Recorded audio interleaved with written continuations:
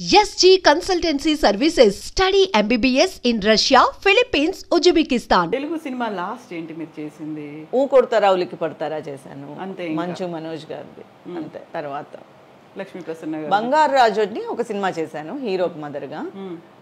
అది లేటెస్ట్ గానే చేశాను. అది మెయిన్ రోల్ గానే చేశాను. ఆ తర్వాత అదే చెప్తున్నాను కదా, ఎప్పుడు ఏది అడిగినా లేదా, ఎందుకంటే 1 to 15 నేను ఆల్మోస్ట్ ఏవిఎంలో ఉండేదాన్ని. నేను ఏవిఎంలో 8 మెగాస్ చేశాను. ఓకే, వెరీ ఫస్ట్ మూవీ కూడా ఏవిఎం నుంచే చేశారు మీరు? విజయకాంత్ గారు? అది ఏవిఎంది కాదు, అది వచ్చి వాళ్ళ ఓన్ ఫిల్మ్. విజయకాంత్ గారి ఓన్ ఫిల్మ్. వాళ్ళ పార్ట్నర్స్ ఇద్దరు ఉండేవారు, వాళ్ళది. ఏవిఎంలో వచ్చి నేను ఒక స్త్రీ కథ ఫస్ట్ చేశాను సెకండ్ లీడ్గా. తర్వాత నుంచి మొత్తం అన్ని సీరియల్స్ నేనే హీరోయిన్ ఉండేదాన్ని. ఒక 5-6 మెగాలు చేశాను. లక్కీ చామ్ అందరూ ఏవిఎం ఆర్టిస్ట్ అనే అనేవారు. సో ఇక్కడ మిగతా కంపెనీస్ కూడా చేయకపోవడానికి కూడా మెయిన్ కారణం ఒకటైతే ఒకటి వాళ్ళే ఇచ్చేసేవారు. ఒకటి ఫినిష్ అవ్వడం, ఒకటి పూజ, ఒకటి ఫినిష్ అవ్వడం, ఒకటి పూజ, అలా జరిగేది. అప్పుడు 15 days ఇక్కడ ఇచ్చేసేదాన్ని, 1 to 15th, 16 to 30 కేరళ ఇచ్చేసేదాన్ని. ఓకే. సో 2 మెగాస్ అలా వెళ్ళిపోవడం వల్ల ఇంకెక్కడ, ఎప్పుడైనా షూటింగ్ లేకపోతేనే ఫ్రీ, కానీ ఆల్మోస్ట్ మీకు ఎప్పుడు ఫ్రీ ఉండేది కాదు. అలా తెలుగు సీరియల్స్ కూడా చేయట్లేదు ఇంకా? ఎందుకంటే తెలుగు కొన్ని రోజుల తర్వాత అక్కడికి షిఫ్ట్ అయిపోయింది. నేను అంతరంగాలు చేసేటప్పుడు ఇక్కడే షూట్, అంతరంగాలు ఇక్కడే, మేము చెన్నైలోనే చేసాం అంతరంగాలు. బాలాజీ వీళ్ళంతా అక్కడి నుంచి వచ్చేవారు, కిన్నెరా గారు, బాలాజీ హైదరాబాద్ నుంచి ఇక్కడికి వచ్చేవారు. నేను, శరత్ బాబు గారు, అశ్విని అందరు ఇక్కడే ఉండేవాళ్ళు, కల్పన గారు అందరు ఇక్కడే ఉండేవాళ్ళు. మేము నలుగురు ఇక్కడ ఉండేవాళ్ళం. సో ఇక్కడే జరిగేది షూట్. తర్వాత అనుబంధానికి, అంతరంగాలు చూసి అనుబంధానికి నన్ను అక్కడ పిలిచారు కాబట్టి ఉషా కిరణ్ మూవీస్ వాళ్ళు అక్కడికి వెళ్ళేదాన్ని. ఈటీవీ నేను వెళ్ళాను. అన్వేషిత కూడా అలాగే, అన్వేషిత అనుబంధం అక్కడికే వెళ్ళాను. ఆ తర్వాత నేను హీరోయిన్ అయ్యి అప్పటి వరకే మామూలు సెకండ్ లీడ్ చేస్తూ ఉన్నదాన్ని. ఏవిఎం వాళ్ళు హీరోయిన్గా ఇచ్చారు. ఆ తర్వాత ఇంకా హీరోయిన్గా కంటిన్యూస్గా చేయడం వల్ల ఇక్కడే ఉండిపోయాను. ఆ తర్వాత మలయాళం ఎంట్రీ అవ్వడం వల్ల ఇక్కడ అసలు ఇంకా తెలుగుకి అక్కడ తర్వాత ఏంటంటే అంతా షిఫ్ట్ అయిపోయింది అక్కడికి. మన హైదరాబాద్ షిఫ్ట్ అయిపోయారు, చాలామంది ఆర్టిస్టులు షిఫ్ట్ అయిపోయారు. సో నేను షిఫ్ట్ అవ్వలేదు, నాకు ఇక్కడ బిజీగా ఉండడం వల్లేమో మరి నేను షిఫ్ట్ అవ్వలేదు. సో అప్పటి నుంచి తెలుగు చాలా తగ్గిపోయింది. ఆ తర్వాత స్ట్రైట్గా ఫస్ట్ టైం మదర్గా కెరటాల్ మంజులా నాయుడు గారిది. ఎప్పుడు విన్నానే కానీ చాలా హిట్.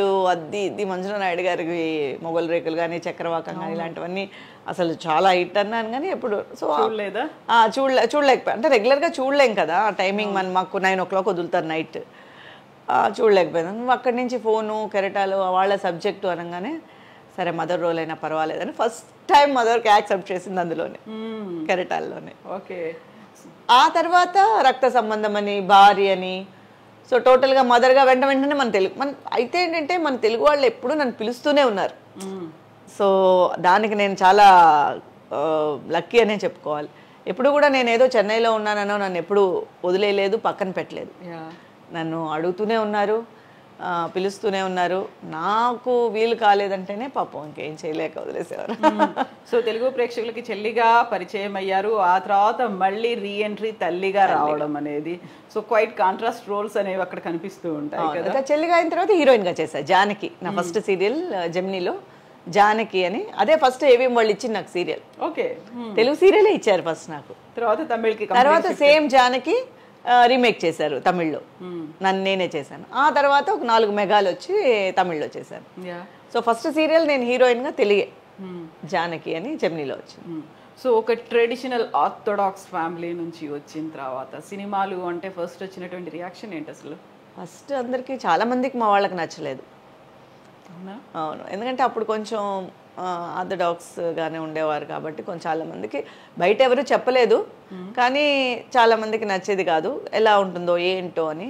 బట్ నా కెరియర్ బాగుండడం వల్ల అందరూ ఈరోజు హ్యాపీగా ఉన్నారు. మేబీ కెరియర్ కనుక సరిగా నేను డిజైన్ చేసుకోలేకపోతే నాకు అలా ఒకవేళ అమరకపోతే మేబీ కష్టపడేవారేమో. బట్ ఈరోజు అందరూ హ్యాపీ. సో ఆ టైంలో మీనా కుమారి ఇలా సినిమాల్లోకి వెళ్తోందంట, ఎందుకు ఎందుకు ఎందుకు అనే క్వశ్చనే వచ్చేది. ఎందుకంటే నేను బేసిక్గా మా నాన్నగారు CA, సో నేను అకౌంట్సే తీసుకున్నా ఇంటర్ ఫస్ట్ ఇయర్లో. అవ్వచ్చు కదా, చదువుకోవచ్చు కదా, ఇది వచ్చేసి ఒక స్టాండర్డ్ అయిన జాబ్ కాదు కదా, మన ఇంట్లో ఎవరు లేరు కదా. బట్ ఏంటంటే మా కజిన్ అప్పటికే సినిమాటోగ్రఫర్. ఓకే. సో తను అప్పటికే ఫిల్మ్ స్టార్ట్ చేసి జీన్స్ తనే చేసింది, సెకండ్ కెమెరా మొత్తం అశోక్ కుమార్ గారితో. సో జీన్స్ తను మొత్తం అన్ని దేశాలు చూసి వచ్చేసింది ఫస్ట్ సినిమాకే. సో అశోక్ కుమార్ గారు, సుహాసిని గారు ఆయన శిష్యురాలే, విజయలక్ష్మి బిఆర్ విజయలక్ష్మి ఆయన శిష్యురాలే, విజయశ్రీ గారు కూడా ఆయన శిష్యురాలే. సో తను ఉండే దానివల్ల కొంచెం ధైర్యం ఉండేది. అంటే మనం ఏం తెలియకుండా అడుగు పెట్టలేదు కదా. సో మన వరకు మనమై వెళ్ళి, మనమై అడిగి, మనమై అవకాశాల కోసం ఎదురు చూడలేదు. సో తనని అడగడము, తను ట్రై చేసిందంటే తను అంటే చేస్తుంది అని చెప్పిన తర్వాత అదే చెప్తాం కదా, హీరోయినే అని ఉంటే ఒకవేళ ఏమైనా నేను చాలా కష్టపడాల్సి ఉండిందేమో, అవకాశాల కోసం నేను వెతుక్కోవాలని, హీరోయినే చేస్తానని ఒకవేళ రూల్స్ ఏమైనా పెట్టుకొని ఉంటే మేబీ కష్టపడాల్సి ఉండొచ్చేమో. నేను ఆ రూల్స్ పెట్టుకోలేదు కాబట్టి నాకు హ్యాపీగా ఇలా జరిగిపోయింది. కజిన్ ఏమో తెర వెనుక ఉంటారు, క్రూ మెంబర్గా ఉంటారు, బట్ మీరు మాత్రం. కానీ మేమిద్దరం కలిసి ఒక 2 సినిమాలే చేసాం. తను కెమెరామెన్గా చేసిన 2 సినిమాలకు మాత్రమే నేను వర్క్ చేశాను అనమాట. నేను దాంట్లో చేశాను, మిగతా అంతా తను మామూలుగా మాట్లాడడం వరకే. అండ్ సినిమాలో చేసి వచ్చినటువంటి అమ్మాయి పెళ్ళి అంటే ఆలోచిస్తారు అనేది ఉంటుంది కదా. ఫస్ట్ ఆలోచనే ఉండేది, కానీ మా అత్తయ్య గారు అబ్బాయి వాళ్ళు ఫిక్స్ అయిపోయారు కాబట్టి ఫస్ట్ నుంచి నన్ను చిన్నప్పటి నుంచి అనుకున్నారా? అందుకని ఆ ప్రాబ్లం నేను ఫేస్ చేయలేదు. ముందే చిన్నప్పుడే డిసైడ్ అయిపోయింది. వాళ్ళు డిసైడ్ అయిపోయారు. మీకు ఆప్షన్ లేకుండా చేశారా? నాకు అసలు ఏ ఆప్షన్ ఇవ్వలేదు. సో నేను మొత్తం నా కెరియర్ మీద నేను కాన్సన్ట్రేట్ చేసుకున్నాను. సో పర్సనల్ గా ఇలాంటి విషయాల మీద నేను ఎప్పుడు కాన్సన్ట్రేట్ చేయలేదు. అన్నీ నా ప్రమేయం లేకనే అన్నీ అయిపోయాయి.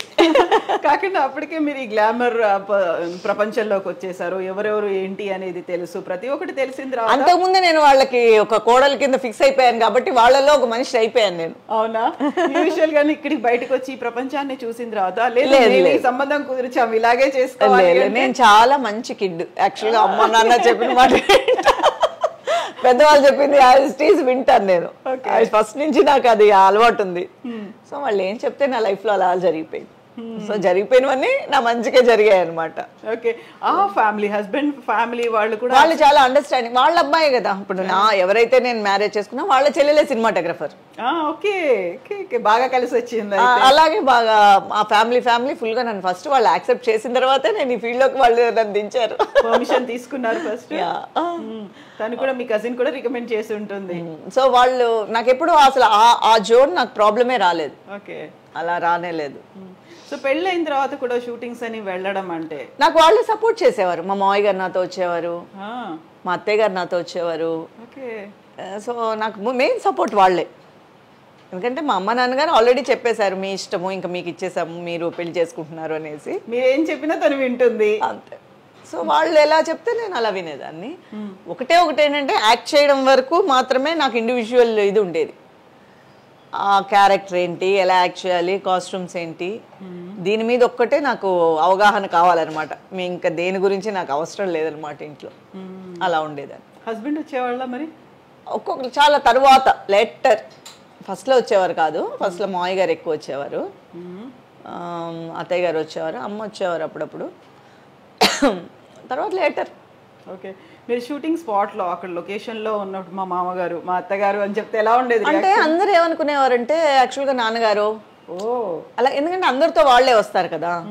సో అలా అనుకునేవారు. నేను కూడా ఆ భయం ఉన్నిలే.